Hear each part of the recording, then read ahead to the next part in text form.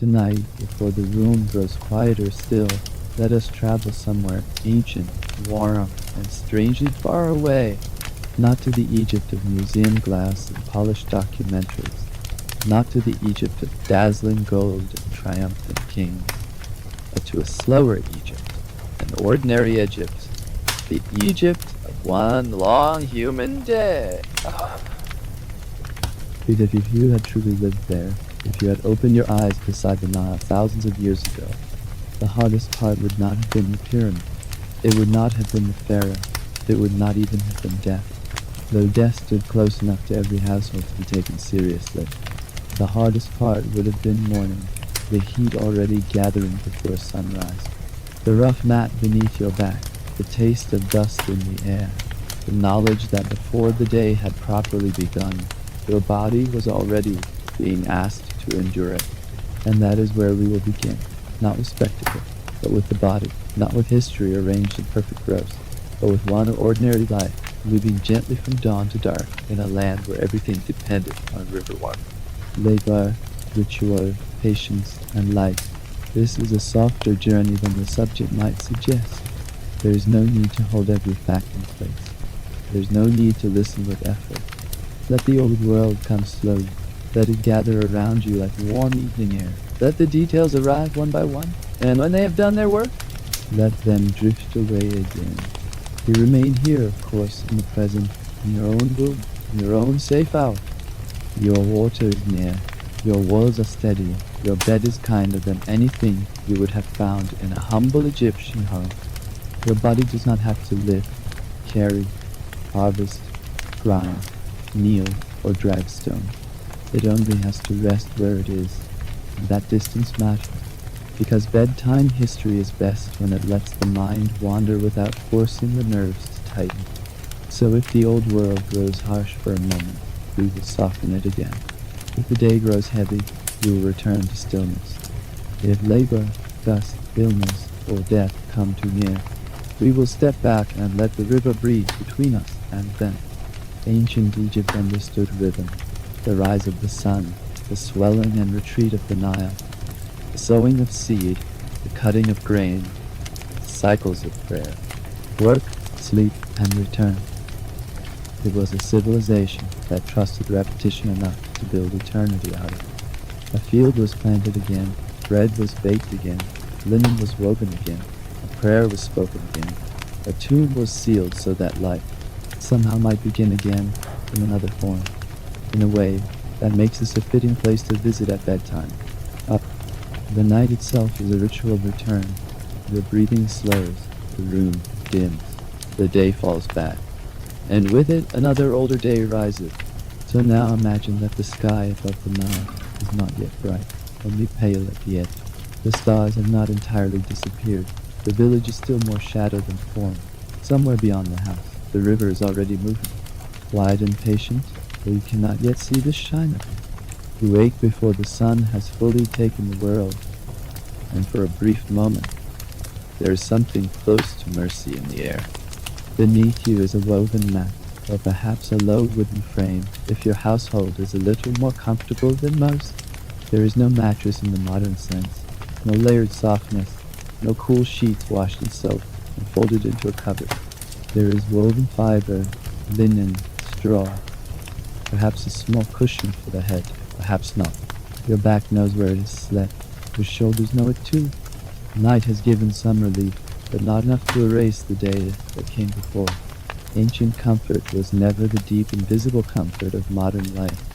It was partial, it was practical, it was enough. Even if it was all that could be asked. The room around you is dim. Mud brick walls hold the last of the night's coolness, though even now the warmth is quietly returning. The air smells of clay, smoke, skin, woven reed, and yesterday's dust. A lamp may have burned late, and now gone out. The storage jar sits silent in the corner. Baskets line the wall. Grain waits to be ground. Linen hangs, or lies folded where hands left. This is not a decorative past. It is a useful one. Nearly every object in the room has work inside it. Outside, the household stirs. Somewhere, a vessel is moved. Somewhere a child sighs in sleep and turns over. Somewhere feet touch earth, and a door curtain is lifted. A rooster, if there is one nearby, has already declared the morning. Donkeys shift. Birds begin in the reeds. The first voices are low and cracked. The day does not arrive all at once, but it never delays for long. You sit up slowly, and at once feel the truth of the place in your own body. There is dryness in the mouth, a thin line of sweat already at the neck. The skin is aware of last night's dust. The eyes are still heavy, but the light beyond the doorway is gathering with unsettling speed. In Egypt, the dawn is beautiful, yes, but it is also a warning. The gentle gold of early morning is only the first face of the same sun that will soon become hard enough to rule the entire day. Still, dawn is the kindest hour. That may be why it appears so often in the imagination of the ancient world. The beginning of order, the rebirth of light, the moment before burden shows its full weight. If you stand outside for a moment, you can feel the village suspended between mercy and labor. Mud brick walls still hold a gray softness. Palm fronds are only outlines. Smoke begins to rise in straight, delicate threads. The sky lightens behind the fields. Somewhere near the river, a bird skims the water. It would almost be possible, in this one brief slice of time, to believe the day might remain gentle. But then the body remembers. Work waits, water waits, food waits. Life in ancient Egypt, where nearly everyone outside the highest circles of wealth and office began not with leisure but with maintenance. The body had to be prepared before the day could be survived, and so your first thoughts turn, as they always do, to water. The Nile is not a distant emblem. It is not a symbol first, and a river second. It is a real thing. Broad and moving and slightly unpredictable. The source of fields, transport, fishing, mud, flooding, irrigation, and settlement itself. Without it, there is no Egypt of the kind later ages came to admire. There is desert, heat, and the edge of nothing useful. The river is why villages cluster where they do. It is why grain can be grown. It is why reeds are cut, boats are made, fish are caught, and water jars can be filled before the sun rises too high. The river is sacred because it is necessary. A necessity in the ancient world often felt like holiness. You walk toward it along a path your feet already know. The earth is cool in places, dusty in others. Your linen garment moves lightly around the leg. Linen is one of the civilization's quiet gifts to itself. It is breathable, simple, suited to heat, and for a brief dawn walk, such as this, it feels almost luxurious. The air is still soft enough to carry the smell of damp soil. Ahead, the river announces itself before it is fully seen. Mud reeds, fish, wet vegetation, animal presence. The scent is not pretty in the way of modern bottled fragrances, but it is alive. It is the smell of a place that gives life to everything around it. Along the bank you are not alone. No one is. The river belongs to too many needs to ever be truly quiet after dawn. Women bend to fill jars and rise with them, balance in ways that still seem impossible if you imagine the weight. Men rinse tools or kneel to wash. Children splash where they can. Cloth is beaten against stones. Animals are led close enough to drink. Boatmen speak from the shallows. Neighbors exchange the first words of the day. Somewhere there is laughter. Somewhere there is already impatience. The Nile does not provide privacy. It provides water. You lower yourself to wash, and the first touch of coolness on the skin is a relief so immediate that it almost feels emotion. Face, neck, arms, feet, dust loosens. Sleep leaves the eyes. The body wakes more honestly now. But even here, there is no perfect cleanliness. The river is everything at once. It carries life, silt, fish, waste, weeds, boats, insects, and the traces of every other creature who depends on it. The ancient world did not divide the sacred from the practical as neatly as modern people sometimes do. Sacred water could still be muddy water. Necessary water could still be shared with livestock, laundry, and river traffic. Holiness did not mean sterility. It meant dependence, reverence, and repetition. So you wash as the others wash, water lifted by hand, cloth wrung out, skin cooled, sand or mineral salts used when available. The process is half cleansing, half acceptance. You will not leave the bank feeling modern and new. You will leave feeling somewhat restored and ready enough. And in that world, ready enough is often a form of wealth. There are moments, though, when the river almost convinces you that life here could be easy. When the dawn light touches the ripples and turns them pale gold. When a breeze moves across the surface and cools the face for just a breath. When reeds whisper softly enough to sound like silk. When a fishing boat passes with no sound but the dip of an oar. Ancient Egypt knew how to offer these tiny mercies. It rarely gave comfort in large amounts, but it scattered small comforts everywhere for anyone alert enough to notice them. Then comes the heavier part, the jar. Filled water is beautiful, only until it must be carried. Then it becomes weight, necessity made physical. A clay vessel lifted from river edge to shoulder, or head or hand is a daily reminder that life comes with that. Water must travel from river to house, because bodies need it later, because dough needs mixing, because cloth must be rinsed, because children need drinking water, because cooking cannot happen without it. You lift and begin the walk back. Around you others do the same. Every movement, ordinary, practiced, and far more impressive than a distant observer might first understand. The village is brighter now. Smoke thickens above the roof. Doorways open wide. Courtyards wake into action. The grinding stone has already begun its endless rough music somewhere nearby. You hear it before you see it, that heavy repetitive drag of grain, becoming flour through human effort alone. The sound is almost the sound of ancient breakfast itself. Back in the house, the jar is set down carefully. Water is too valuable to spill carelessly. Another cloth is rinsed. The child's face is clean. Someone kneels at the quernstone. Someone else reaches into storage for grain already dried and measured. The household is a machine built from tired but willing hands. Nothing begins with convenience. Everything begins with action.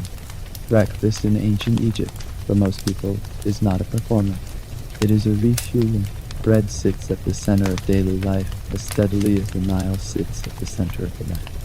Bread from emmer wheat or barley, bread shaped and baked in ovens that were practical rather than elegant, bread dense enough to sustain, bread coarse enough to remind you of how it came into being. Even the flour carries the world inside it, ground on stone. It often contains a little grit, a small unwelcome gift in the process itself. The Egyptian teeth, worn flat in ancient remains, tell the story of breakfast as clearly as any text. The land entered the body in more ways than one. You break the loaf. It is warm if the baking is fresh, harder if it is not. Perhaps there are onions, perhaps some dates if fortune allows, perhaps a bit of fish, salted or dried, perhaps nothing more. And with it comes beer, though not the sparkling drink the modern imagination might first picture. This is nourishment more than leisure, thick, cloudy, grain-based, sustaining. It fills the stomach, carries calories, and is in many ways safer than trusting every cup of raw river water. Children may drink it too, diluted or prepared differently, because the ancient world does not arrange its food and drink according to later assumptions. There is a small comfort in such repetition. The bread is rough, yes, but it is known. The beer is heavy, yes, but it steadies the morning. The same gestures happen day after day. A loaf shared, a vessel passed, flies swatted away. A child corrected gently, a hand brushing crumbs from linen. These small repetitions soften the harshness of necessity. They make survival rhythmic if you listen closely. Breakfast has its own music. The scrape of pottery, unpacked earth, the soft tearing of bread, the low voices of people not yet ready for full conversation, the occasional sound of someone stepping in from the courtyard, the flutter of a curtain, the grinding stone still going somewhere nearby like an undertone beneath everything else. It is not a grand meal, but it belongs exactly where it is. And in that fit between food and morning lies a kind of quiet order. The flies, however, remain enthusiastic. Ancient life is never free of them for long. A hand lifts and waves. Another lands. Someone smiles wearily and keeps eating. Outside, the brightness grows more assertive by the minute. The pause for food is short, because the greater appetite of the day is labor, and labor is waiting for everyone. This is one of the quiet truths buried beneath every shining image of Egypt. Monumental beauty depends on ordinary exhaustion. Before there can be temples, there must be transport. Before there can be painted tombs, there must be quarrying and smoothing and mixing and hauling. Before there can be administrative order, there must be harvest. Before there can be grain in a tax storehouse or bread in an official ration, there must be backs bent over fields and hands busy in courtyard and workshop. Ancient civilization was not built by abstraction. It was built by bodies. If you are a farmer, the field calls early, the Nile's annual flood. The retreat of its waters, the rich silt left behind, and the timing of seed and harvest shape the rhythm of your year more forcefully than any private wish. A farmer's labor is intimate with the ground, kneeling, planting, pulling weeds, guiding a plow, cutting stalks, carrying bundles, threshing grain. The work is simple to describe and difficult to finish. Sun climbs, mud grease, muscles tighten. Tools are basic enough that the body must complete what technology cannot. If you are not in the field, there are a dozen other forms of effort waiting. Pottery must be shaped and fired. Linen must be spun and woven. Boats repaired, nets mended, animals fed and washed, walls patched, reed mats made, floors swept, vessels lifted, water carried again, bread prepared again. Ancient households did not separate domestic labor from economic labor as sharply as modern people often do. Home was a workshop, a kitchen, a nursery, a storage space, a sleeping place, and a tiny engine of survival all at once. And then there are the larger works, the ones later centuries like to point at with awe. Stone hauled from quarry to site, blocks levered, dragged, a line, timber strained under weight, ramps built and rebuilt, mud mortar mixed, reliefs carved, pigments ground, scaffolds raised. When we imagine Egypt through its greatest monuments, it is easy to forget that greatness in stone was achieved through endless ordinary motion, repeated until they became architecture. Listen closely, and you can almost hear it. Rope tightening, a foreman shouting rhythm or corrections, sand shifting beneath a load, hammer on chisel, chisel on limestone, the scrape of sledges, the sound of men breathing under strain, the pause to wipe sweat at the back of a wrist, the muttered complaint never voiced too loudly. Even the great stillness of a finished temple contains within it the memory of all those noises that made it. For women, the work is not lighter because it is domestic. In many cases, it is simply less commemorated. Grain grinding alone could take hours. The repeated forward and backward motion of stone against grain, arms and back doing what later machines would do in moments. Add to that water carrying, cooking, weaving, mending, cleaning, caring for children, tending animals, assisting in fields when needed, and managing storage and daily provision, and the phrase household labor reveals itself as almost absurdly small for the amount of strength involved. There is a rhythm to labor that can become almost hip. Hands repeat what hands repeated yesterday. The body finds its angle. The breath settles into a working pace. A short exchange with a neighbor breaks the monotony. Then the work resumes. Somewhere, someone sings under the breath, not to perform, but to keep time. Somewhere, a child imitates adult work with ridiculous seriousness. Somewhere, an older person, too tired for the heaviest tasks, performs the smaller ones that still matter. Ancient labor was not only effort, it was shared passion. By late morning, the sun has begun to show its full intention. There is no longer any illusion of softness. The air turns heavy with brightness. Shadows shrink, walls themselves seem to warm from within. Linen, so welcome at dawn, now clings to the body. The ground grows hot underfoot. A dry thirst forms again almost as soon as the last drink is gone. Work does not stop because heat has become unreasonable. Work continues because stopping would carry its own punishment in hunger, disorder, missed obligation, or overseer's anger. This may be the point at which the modern body would begin to negotiate with itself.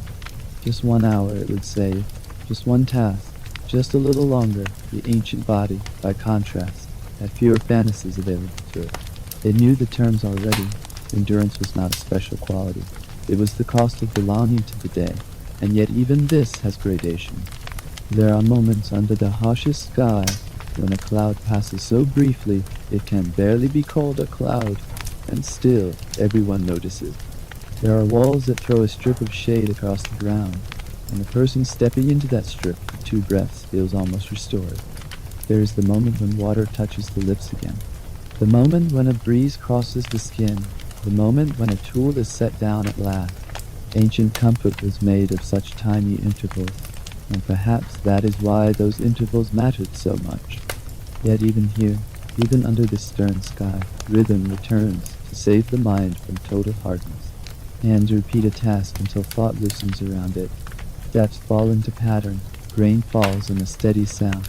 Rope is pulled in time with breathing. A song, perhaps, rises from somewhere. A joke too quiet for the official ear. A brief exchange of glances. Human warmth persists even when comfort does not, and when the body feels closest to becoming nothing more than effort. It helps to step back, to widen the view, to remember that in ancient Egypt, labor always took place beneath an idea larger than itself. Order, rule, pharaoh. Most people would never stand close to the ruler whose name shaped so much of the world around them. Yet the king's presence was everywhere in a symbolic sense. On walls, in official speech, in the legitimacy of law, in the collection of grain, in temple foundations, in campaigns, in statues, in ritual. Pharaoh was not simply a man in the palace. He was the official center of the ordered universe, the living figure through whom divine and earthly balance were imagined to meet. To modern ears that may sound theatrical. To ancient ones, it was simply the structure of reality. There is a strange comfort, though also a great danger, in living inside a complete explanation. If the sun rises, if the Nile floods properly, if harvest comes, if temples stand, then order holds. If order holds, Pharaoh is not merely ruling, he is functioning as he should. And if the whole world is arranged in layers from god to king to priest, to official, to scribe to farmer, to laborer to child, then one's own place, however hard, at least appears intelligible. From this distance, the day grows quieter again. Imagine the broad river under moonlight, temple pylons far away, palm shadows trembling thinly, white linen moving across a courtyard, a carved royal image taller than any nearby person, calm and permanent in stone. The ruler remains distant, and yet the system he represents touches nearly everything. Taxes, labor levies, monument building, temple patronage, agricultural management, legal order, ritual care. The human machinery of Egypt turns because authority moves through it like a current. You do not have to approve of that order to feel the shape of it. The ancient world often made power enormous, because uncertainty was enormous too. A divine ruler, however unequal the arrangement, promised coherence. The fields were not random. The flood was not random. The sun was not random. The state was not random. All could be drawn into one grand claim of balance. Whether or not the claim always matched lived reality, it offered the mind something firm to lean on. And while you lean there for a moment, stepping back from sweat and strain, another old companion of Egyptian life arrived. Sand. It is difficult to convey to someone used to sealed windows, paved roads, and climate-controlled interiors just how intimate dust and sand can become in a dry, ancient environment. They do not remain outside where scenery belongs. They come in, they set along thresholds, mats, loaves, hymns, skin, jars, shelves. Tools, they slip between sandal and foot. They gather in corners and folds. They lift at the smallest wind and remake the air itself. Sweep once, and the floor looks clear. Wait a little, and the land returns. By midday, the body has already met the river. The breath, the labor, the sun, Now it meets the texture of the land itself. A warm gust lifts from beyond the houses and brushes brittle on the ankle. Another turns the air slightly opaque. You narrow your eyes. A child coughs and laughs at once. Linen does almost nothing to resist it. Your mouth tastes faintly of earth. A jar lid must be set more firmly. Bread covered, cloth shaken out. Every practical act in Egypt comes with the understanding that the world is eager to enter it. There are days when the wind is mild and dust merely whispers its way through everything. And there are days when it rises with enough confidence to turn the whole afternoon into a haze. People lower their heads, hands cover mouths, animals become restless. Distant shapes blur. When the gust finally passes, a thin new layer of the land has entered every surface you own. The house must be set right again, the mat shaken, the bread checked, the skin wiped. Egypt is not only heat and river, it is also the patient erosion of everything by particles too small to argue with. And yet, because this is a sleep story and not a battle report, let the dust soften too. Watch what it does to the light. It makes the light visible. Shafts in a doorway, gold drifting through a room, a courtyard turned hazy and dreamlike for a moment. Even inconvenience becomes beautiful at the right distance. That may be one of history's secret mercies. Time smooths what daily life could only endure. When the heat has gone far enough, the mind turns almost instinctively towards shade, toward whatever part of the world promises relief. In Egypt, that relief might be a wall, casting an angle of shelter, a doorway. Under shadow of palms, the cool breath of a thicker room, or the stone, calm of a temple space. And once the narrative enters a temple, another side of Egypt begins to breathe. Religion here is not a separate compartment of life. It is not something people do only when work is finished, or when some weekly moment permits it. It is braided through everything. The sun that scorches is also divine. The river that feeds is bound to sacred order. Kingship is made holy. Writing is protected by gods. Healing borrows from prayer. Childbirth, harvest, death, and burial all move within a sacred frame. Egypt did not merely believe in gods. It organized reality around them. There are many names, and over long centuries those names shift in emphasis, region, and prominence. Ra in his solar power, Osiris in death, Nile in the ordered kingdom beyond this, Isis in magic, hair, motherhood, mourning, devotion, Horus in kingship and the watching sky, Hathor in joy, beauty, music, maternal generosity, Thoth in writing, knowledge, measurement, moonlit order, Anubis in the work of the dead, Bastet in protection, and the graceful closeness of domestic sacrifice. Local gods in local shrines, household amulets, protective spells, great temple cults. Ancient Egypt's divine world is not tidy because life itself is not tidy. It is layered, overlapping, practical, and present. Imagine stepping into temple shade after the outer brightness of the day. At once the body feels it, not true cold, perhaps, but relief left to be noticed. Stone holds a different time than mud brick does. The air smells faintly of oil, incense, old offerings, linen, pigment, and stillness. Light narrows into doorways, columns, courtyards, and inner halls. Paint on the walls catches what little brightness reaches it. But God's image, however inaccessible to ordinary touch, feels near enough to change the quality of the room. Priests move according to rules of purity and service. Offerings are arranged, hymns are spoken, images are cared for. Rituals repeat day after day, not because the gods have forgotten them, but because repetition itself maintains order. If bread must be baked each day for a household, then rites must be performed each day for the cosmos. This is the scale on which Egyptian religion often thought. For ordinary people, religion can be grand and local at once. There are state cults and public festivals, yes, but there are also private hopes, a prayer spoken under breath, a charm worn of the neck, a whispered appeal for a child's health, a small offering, a household figurine, a plea for safe delivery, good blood, healed wound, protection against snakes. a calm dream, a gentle passage for the dead. The gods are not an abstract pantheon for scholars. They are the invisible population of the world, who can sound burdened from a modern distance as though every act were watched, measured, interpreted. But it could also be comforting. Nothing was merely random. It belonged to a larger order. Misfortune might still hurt, but it could be spoken to, prayed over, explained. Good fortune could be thanked, fear could be ritualized, the sacred gave shape to uncertainty. And shape is often the first gift any anxious mind wants. Festivals, when they came, would break the ordinary rhythm with a different kind of intensity.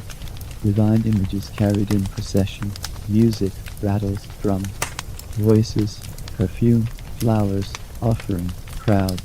For a little while the sacred moved outward, where more eyes could follow it.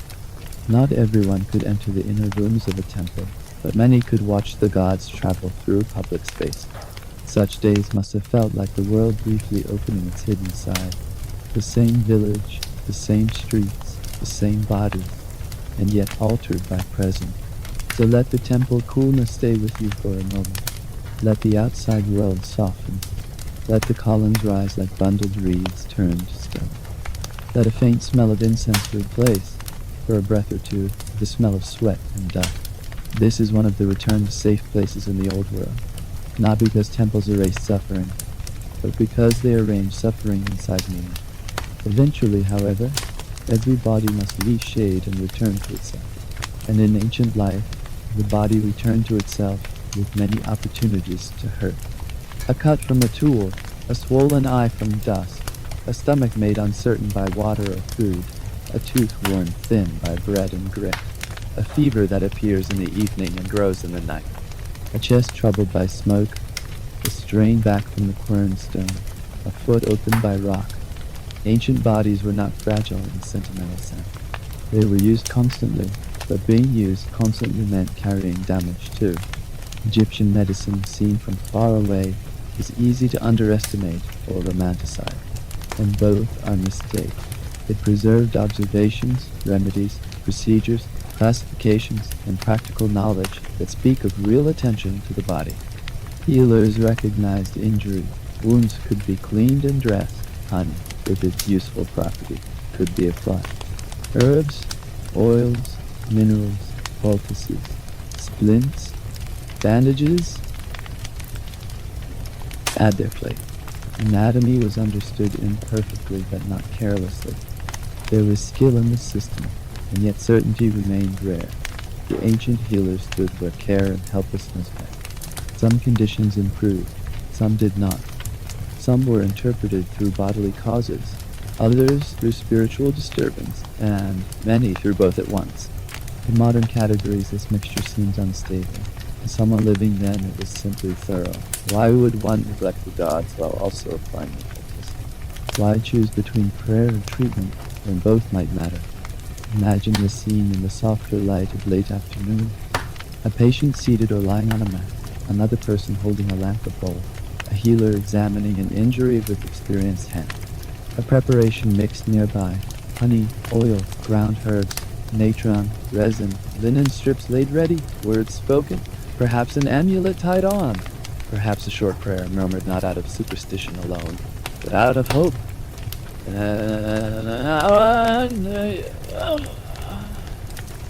And hope has always been one of medicine's hidden ingredients. There is tenderness in this, even when there is fear. The ancient world did not offer painless dentistry, sterile surgery, or a shelf of labeled remedies with printed instructions. It offered care in human form, someone trying, someone staying with the sick, someone cooling a forehead, someone making a mixture in dim light, someone refusing to let uncertainty be the only presence in the room.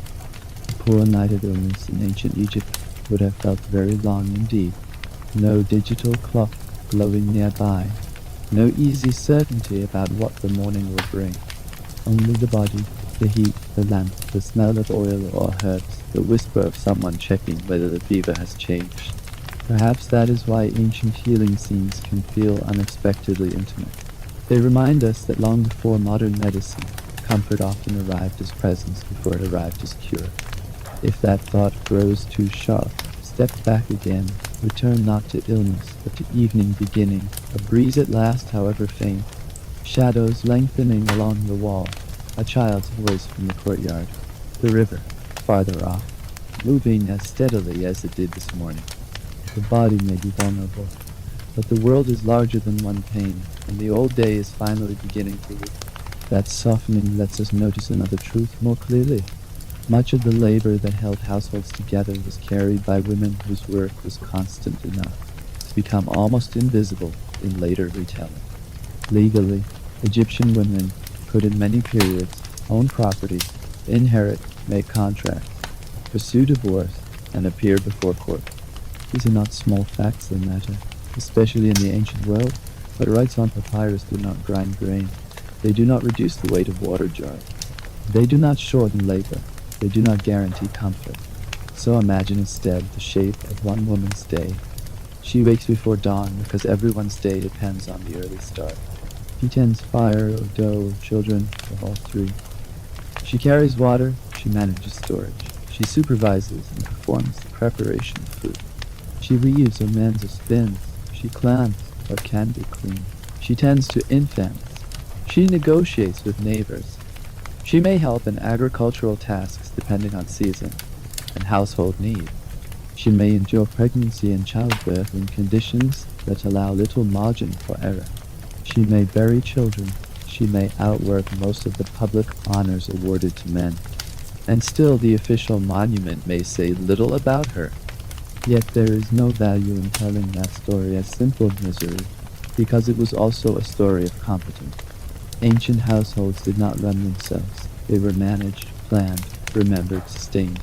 Someone knew where the grain was stored, how much linen remained, which child was feverish, what needed mending, what had to be baked, which vessel was cracked when the water was low, which neighbor might exchange a favor, how much dried fish remained, where the amulet had been placed, which prayer to speak at night. That form of knowing is a kind of power, even when it is not carved on stone. Look into a courtyard in the lowering light. A woman kneels over work that cannot wait until tomorrow, because tomorrow already has its own burden. Her hands move automatically now. A child leans against her knee. Someone asks a question from another room. Bread cools nearby. Linen hangs to dry. A jar is checked. A basket is covered. She answers, adjusts, lifts, turns, carries, and rarely stops long enough to call any of it heroic. But if Egypt endured, it endured in part because such work was done so often and so well. There may even be moments of beauty hidden inside that strain. A child's hair being braided while supper cooks, laughter over a clumsy helper, a bead necklace repaired by lamplight, a little perfume or oil saved for a special day, kohl applied around the eyes not only for adornment but for comfort, glare, or protection. Ancient life was practical, but practicality did not erase the human appetite for beauty. It simply made beauty work harder for its place.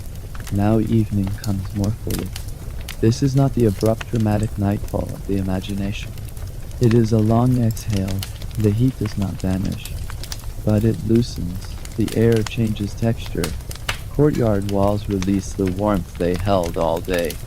The angle of light grows kinder. Palm shadows widen. Sounds shift.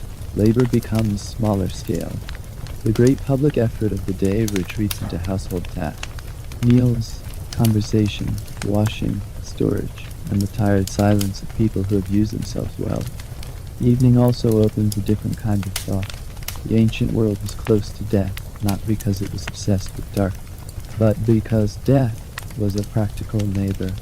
Children died, mothers died in childbirth, men died from injury, fever, infection, snakebite, exhaustion, bad luck, and all the thousand forms of bodily failure that modern medicine has partially, but only partially, pushed back.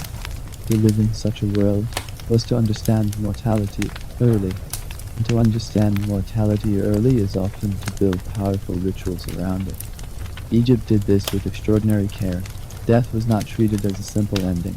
It was a transition requiring preparation, naming, preserving, equipping, and above all, ordering. Body mattered, the name mattered, the heart mattered, words mattered, images mattered, offerings mattered, tomb space mattered, memory mattered. One did not merely disappear if one could be rightly carried onward. The famous weighing of the heart remains famous because it captures the Egyptian imagination so elegantly. The heart, seat of self within moral being, is measured against the feather of truth and order. If balance holds, passage may continue. If balance fails, there is loss. What is striking is not only the drama of the image, but its logic.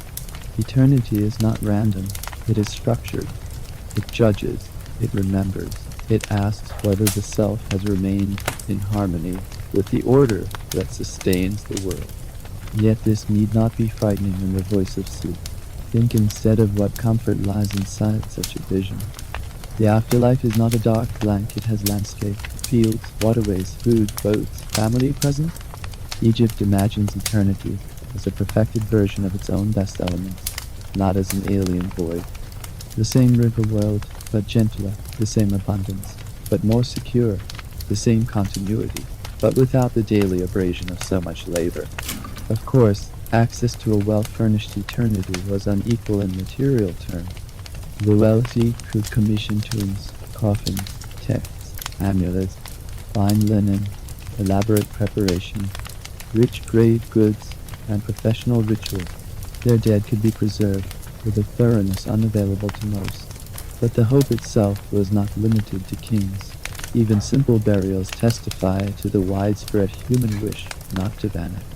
A pot placed near the dead, a small offering, a wrapped body, a remembered name, these two are acts of resistance against oblivion. Imagine twilight now, and the living moving among small obligations of evening, while the dead are never entirely absent from thought. Ancestors matter. Tombs remain part of the social and ritual landscape. Offerings can be renewed, names can be spoken, memory can feed continuation. The boundary between the living and the dead is real, but not absolute. Egypt built bridges of ritual across it. Funerary preparation itself had its own rhythm, especially for those who could afford more elaborate care. The body washed, the body dried, linen gathered in quantity, resins, oils, salts, wrappings, coffins, images, spoken formula. It was a long work of tenderness and technique to modern observers. Mummification can seem strange because it is so physical, but to the Egyptians it made emotional sense. If the body is one house of the self, then to preserve, it is to preserve the conditions for recognition, return, or continuity. If that thought grows too weighty, return once more to smaller things, the linen, the skin, to the relief of a cooler hour. Clothing in ancient Egypt is often imagined as elegant, because later art makes it appear so, and at times it certainly could be. Pleated linen, jewelry, cosmetics, carefully arranged wigs, collars of bead and color, all of these existed and could be dazzling among the elite. But for everyday life, the chief virtue of clothing was mercy. Linen breathed. It allowed movement. It lifted from the skin in the smallest breeze. It did not trap the sun, as a heavier cloth might after a long day. The body feels fabric differently. A garment changed or shaken out, dust brushed away, feet rinsed if water allows, face wiped with damp cloth, hair retied. The simple act of removing grit from skin can feel like luxury. Ancient comfort, when it comes, often comes in tiny installments. Not an hour at a spa, but a little wind, not a soft bed, but a cleaner mat, not a cold drink with ice, but a cup of water not yet warm. Not perfect privacy, but a moment of stillness in a dim room. Footwear, when present, offers only modest rescue. Sandals of leather or woven plant material may protect somewhat from the roughest ground, yet much of the body remains exposed to the day's conditions. Sun, dust, insects, and heat negotiate directly with skin. Even cosmetic practices often live in the space between beauty and practicality. Kohl around the eyes may sharpen appearance, but it also helps with glare and perhaps irritation. Scented oils may signal care and refinement, but they can also soften skin, repel insects, or make the heat slightly more bearable. And still, the mind cannot fully leave mortality behind, because evening is when the facts of life often come nearer. In the fading light, with work nearly done, and the body tired enough to listen, one can feel how brief a life might be under such conditions. Modern averages do not translate neatly onto each individual person, but the broad truth remains that many ancient lives were cut shorter than ours by causes now treatable, manageable, or at least delayed. To survive childhood was already an achievement. To reach later adulthood with teeth, joints, and strength intact was no guarantee. A body used hard ages quickly. This, perhaps, helps explain the extraordinary energy invested in burial and remembrance. If daily life is fragile, then memory becomes precious. If the body fails, then the name must endure. If the household may be broken by illness or loss, then some part of the self must be arranged to continue elsewhere. Preparation for the tomb was therefore not merely vanity or wealth display, though of course wealth shaped its scale. It was emotional logic. It was the ancient answer to a painfully familiar question. How can anything of us remain? So great goods are placed, linen wrapped, bodies dried and prepared where possible, coffins painted, amulets tied, texts copied, tomb walls decorated with scenes of food, servants, boats, gardens, animals, offerings, an ideal life. The dead are given not only objects, but an environment. A future assembled in advance, a promise rendered in image. One can almost understand the tenderness of those painted scenes when seen in the evening light. A banquet that never empties, a field that never fails, servants who do not tire, water that is always available, trees forever heavy with fruit, boats forever ready, family close by, song, coolness, abundance. It is not merely death that is being imagined. It is rest after labor, and still, because the world of the living is unstable, even eternity can be disturbed. Tomb robbery shadows the Egyptian burial in ways both practical and sorrowful. A chamber filled with linen, jewelry, oils, vessels, furniture, carved goods, precious metals, and symbolic wealth is also a chamber filled with temptation. The dead may not need the gold in the same way the hungry living do. So seals are broken, hidden passages found, curses ignored, officials bribed, knowledge leaks. The resting place of one person becomes the survival strategy or greed of another. There is irony here, but also tragedy. A culture so determined to make death orderly found itself repeatedly confronted by disorder. Rest could be interrupted, names could be damaged, mummies could be stripped, goods could be stolen. Yet even this does not erase the tenderness with which burials were first prepared. It only reminds us that ancient life was as human as any other era. Need, greed, fear. Some tomb robbers were surely driven by greed alone. Others may have been driven by famine, desperation, political collapse, or simple opportunity in a world where wealth could be so unevenly concentrated. That does not make the act less violating, but it makes it more human. History is rarely clean enough to keep villains and victims in separate rooms. Hunger often walks through sacred doors when it has nowhere else to go. If the tomb cannot be fully trusted, then writing becomes even more moving. Writing can outlast theft, or at least contest it. The name inscribed may continue beyond the body.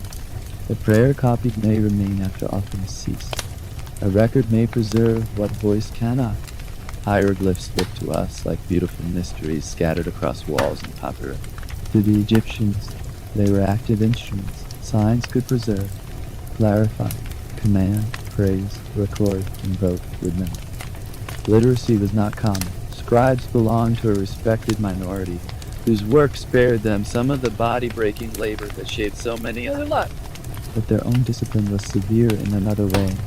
They learned signs, copied texts, kept accounts, managed records, served temples and administration, and helped the state and the sacred world maintain themselves in writing. Grain could be counted, taxes assessed, offerings logged, land recorded, names preserved. Words themselves became part of the architecture of all. Imagine a scribe at the end of day who sits in a calmer room than the field worker occupies. His tools are arranged: ink, blue brush, writing surface. The light is low enough now that care matters. He writes not for beauty alone, though beauty is there, but for continuity. A civilization speaks itself into durability through hands like his. It is a different kind of labor, lighter on the back perhaps, heavier on training, and no less essential for being quieter. The charm of hieroglyphs in the modern eye often lies in their pictorial grace. Birds, reeds, hands, eyes, waterlines, seated figures. Yet that grace was never merely decorative. Signs carry sound, meaning, category, identity, and power. To write a name was to do more than label. It was to make presence durable. To erase a name could be a form of destruction. In a land so committed to memory, script was one more shield against disappearance. And in a curious way, writing is also one of the safest places to end a sleep story about Egypt. Stone cools, lamps dim, bodies tired, but signs remain still on walls. They do not rush, they do not demand, they wait in silence, and that silence suits the night. A line of hieroglyphs in a tomb corridor or temple hall has the same calm as stars. Meaning is present, but not pressing. The world has been arranged. Nothing more must happen right now. Night has come fully now. The hottest authority of the day has withdrawn behind the western horizon. The air, though still warm, no longer presses with the same force. Lamps glow, voices lower. Food is taken if it has not already been eaten. A final washing may happen. A last prayer. A glance at a sleeping child. A check of jars and doors and stored grain. The village settles by degrees, rather than all at once. Ancient sleep, like ancient work, had to be prepared. Somewhere nearby insects sing. Somewhere an animal shifts in straw. Somewhere a neighbor coughs. Somewhere beyond the houses, the Nile keeps moving in the dark, unconcerned with the scale of any one human day. That may be one of the deepest calmings in this whole old world. The river remains. It was there before dawn. It was there under noon. It is there now under stars. For all the heat and labor and fear and ritual and death, the river remains. The sky above Egypt at night must sometimes have felt impossibly clear. Without city glare, without electric interruption, the stars would gather in astonishing number. Constellations, planets, the white, drifting thickness of the Milky Way. All of it set above a civilization that cared deeply about order, cycles and the movements of heavenly things. The night sky did not erase earthly hardship, but it could place hardship inside something vast enough to quiet it. And now, after following one ordinary Egyptian day from first waking to night, the question returns in its gentler form. Would you last? Not heroically, perhaps not. Your modern body would miss shoes, shade, sealed windows, filtered water, analgesics, soft bed, refrigeration, plumbing, privacy, medicine, and the thousands of invisible supports that modern life hides because it provides them so well. You would feel the heat quickly, the grit in the bread, the hardness beneath you, the labor in the shoulders, the uncertainty around illness, the sheer amount of effort required to maintain one ordinary day. But that is not quite. The most interesting answer, the more interesting answer is that, after the first shock, you would recognize much of it.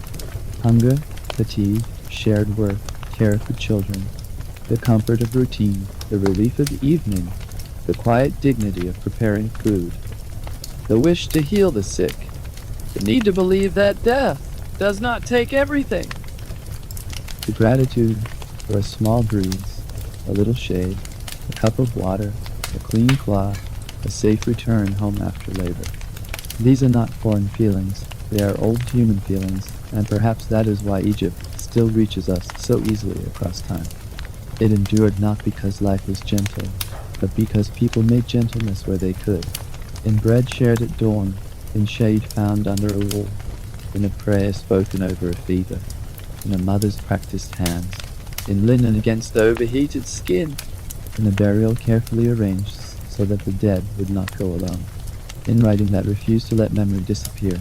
A civilization is not only its monument, It is the sum of a million acts of maintenance, tenderness, repetition, and endurance. So let the images soften now. The Nile under moonlight, reeds dark against silver water, clay jar cooling by a wall. Smell of bread lingering faintly endures. Temple columns, standing in quiet shadow. A line of hieroglyphs, sleeping in stone. The courtyard finally still. Palm leaves whispering above a roof. The desert beyond. Enormous and patient. The stars over Egypt, clear and old and so numerous they seem to make the darkness gentle instead of empty. Let one more image arrive before sleep takes the rest. A humble room, a mat laid out, a folded length of linen. A lamp almost spent, a child asleep with dust still at the heel because no one had enough energy to wash every trace of the day away. Outside, the river moving invisibly, farther still. Tombs cut into stone, where painted fields await the dead. Above everything, the same sky that looked down at kings and farmers alike. You are no longer in the hottest part of the day. You are no longer carrying water, or breaking bread, or standing in temple shade, or thinking too hard about the scales of the dead. You are here, where you began, with the present around you, and the ancient world already moving farther away. Let it keep drifting, let the mud brick walls fade, let the reed beds grow dim, let the work songs go silent. Let the lamps in the old village burn lower and lower, and lower. The people of that world did not know they were ancient. They did not rise each morning as figures in a textbook or subjects of a sleepy documentary. They rose as people always do, in a body under conditions, among others, with duties waiting and some small hope that the day could be met. They washed, they worked, they worried, they loved, they suffered. They prepared, they buried, they remembered, they slept. And then they woke to do it again. Tonight, you do not have to do it again. You do not have to carry the jar. You do not have to face the sun. You do not have to grind the grain. You do not have to ask the healer whether the fever will pass. You do not have to seal a tomb or save a name with ink. You only have to let the old river keep flowing where it is, far away now, under its own sky. Sleep while the Nile moves through dark fields. Sleep while temple walls cool under starlight. Sleep while the linen hangs still in the night air. Sleep while the dust settles and does not rise again. Sleep while the boats are tied close to shore. Sleep while the last courtyard voice fades into silence. Sleep while the gods of that old land keep their own watch without needing anything from it. Sleep while names remain carved where they were carved. Sleep while the bread is put away and the lamps go low. Sleep while the western desert receives the sun's memory and gives nothing back. Sleep while the heart of Egypt, with all its burden and beauty, drifts gently beyond the edge of hope. And if one final feeling remains before sleep takes the rest, let it be a soft gratitude for ordinary, modern comfort, for a pillow, for safe water, for medicine, for walls that close firmly, for darkness that is only darkness, not uncertainty, for rest that does not have to be earned again before dawn. The river is distant now, the fields are distant, the temple is distant, the labor is distant, the heat is distant, only the quiet remains, only the night remains, only the slow, steady permission to let this long, ancient day end at last. So let it in. Let the stars gather over the Nile one more time. Let the reeds move in a wind too soft to trouble anyone. Let the old kingdom rest in its own dark silence, and let yourself drift there only far enough to fall asleep before morning ever arrives.